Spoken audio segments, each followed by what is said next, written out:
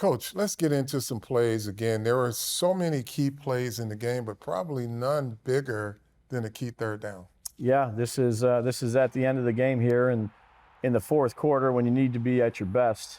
The Panthers, they have one timeout, and what we're trying to do here is obviously pick up a first down and pretty much seals the game. I thought it was a good aggressive play call by Mike. I thought DJ knew and understood the situation. We were in a surrender situation, which means if you got the completion, go ahead and take it. And if not, get yards running the ball. At worst, it's a sack. We keep the clock moving and we make them burn their timeout. So we put a different personnel group in there. We put two halfbacks in there. So Breida and Barkley are both in the game for this play with two receivers and our tight end. We shift Breida to the backfield and move Saquon out. And put him, as the primary target here on a gotta-have-it play for this particular game, and get Daniel on the move with an action where he fakes it here to Breida to the left to try to get the flow of the defense to come and squirt Saquon out the backside. But they do a good job. They take 38 and run with them. 25's out there in front of them. All right, and I think Daniel's making a good decision. I could try to risk this throw right here, but relative to where we are in the game and what we needed to do to try to accomplish a win, I thought he made a very, very good decision. It's cloudy. Shaq's coming back to take this crosser. He does a good job of speed out of the fake. Speed, like he's booting around to get this guy to extend, and then he sees an opening and does a great job of taking off to secure the victory here. Now, Coach, if you go back to this, you talked about a different personnel group. Now, if you look at the second level of their defense before the shift, you see a lot of confusion because they're gearing up for one look. Sure. And you look at the safety here at the bottom of the screen, and he's giving a guy a look like, wait, what are we doing here? Because he didn't know if it was going to be the same call or not. And that's the beauty of personnel changes, right? When Absolutely. You can take them out of that mindset and give them more to think about. Yeah, and we just, treat it in this case, whether it was 26 or 31, in this particular play, really like another receiver, but he's really a running back on the roster. So figuring out how they're going to match it, who they want to cover, you just put a split second of indecision in there, move fast on the shift. And you can see there's some confusion there. Who has who? And ultimately, they did turn a guy loose, but again, you say it was a little cloudy, but mission accomplished because there were a few options on this play, right? No question. So, we have three good options. Again, this was our primary for this situation of the game, but just understanding the situation, that's the job of a quarterback first and foremost, leading his team down to score points, or in this case, get a first down to seal the win.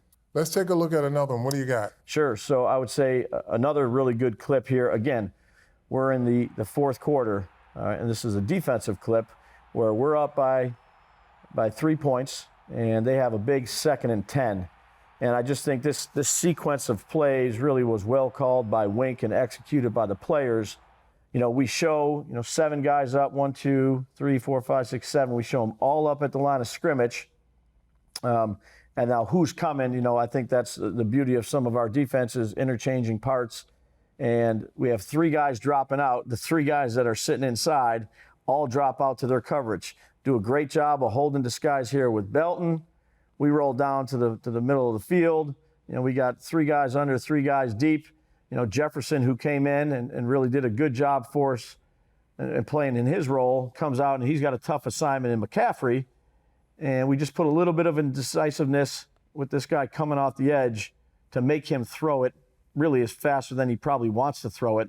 We got double edge with McKinney and Darnay coming off the slot. It's just a 5-man pressure.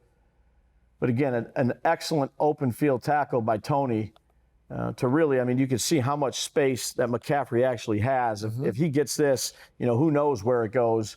And Coach, when you look at this and you got a 7-up, front here, 7 guys up at the line of scrimmage. Talk about what that does to the communication from tackle to tackle. Yeah, there's quite a bit of it. And they're in a no-back set. Now, maybe they can keep this guy in the block or, I don't think they want to keep McCaffrey in a gotta-have-it play in there. So there's a lot of communication that goes along with these 5 players to identify the rushers and then to go actually and execute against, a unique look. And you can even see they do a really good job of holding it. They end up bouncing out here and fanning to these two players here. But this center's, dropping straight back. These two guys come underneath. They do a great job of setting a pick on the tackle. His eyes aren't out there, and Darnay comes free. It was a good design by Wink and a good execution all the way around. So those are two clips, from the fourth quarter where we really got to be dialed in and everybody has to be doing their job.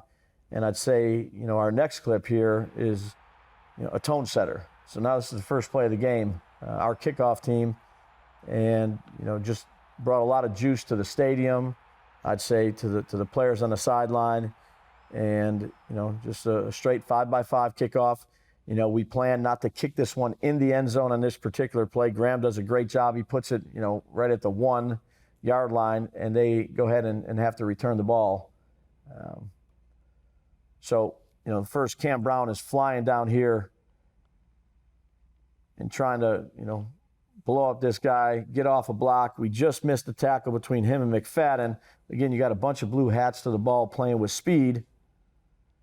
And then this is Belton's, first game back. He's getting double teamed, but he's staying alive, working through things, continuing to finish, and then there goes the ball. And I'd just say great awareness on the part of Carter of getting off that block and going right to the ball, tackling, hat on the ball, with a great finish. Oftentimes, which gets, people glorify the big hit on special teams, right? But if you look at Carter Coughlin, a good form tackle. Excellent. Right? He didn't sell his body out. He wrapped up, got his head on the ball, but there was no chance that running back, he was going to miss that running back because he actually played great technique there. Great fundamentals. Every play starts with good fundamentals. Good execution, good start to the game.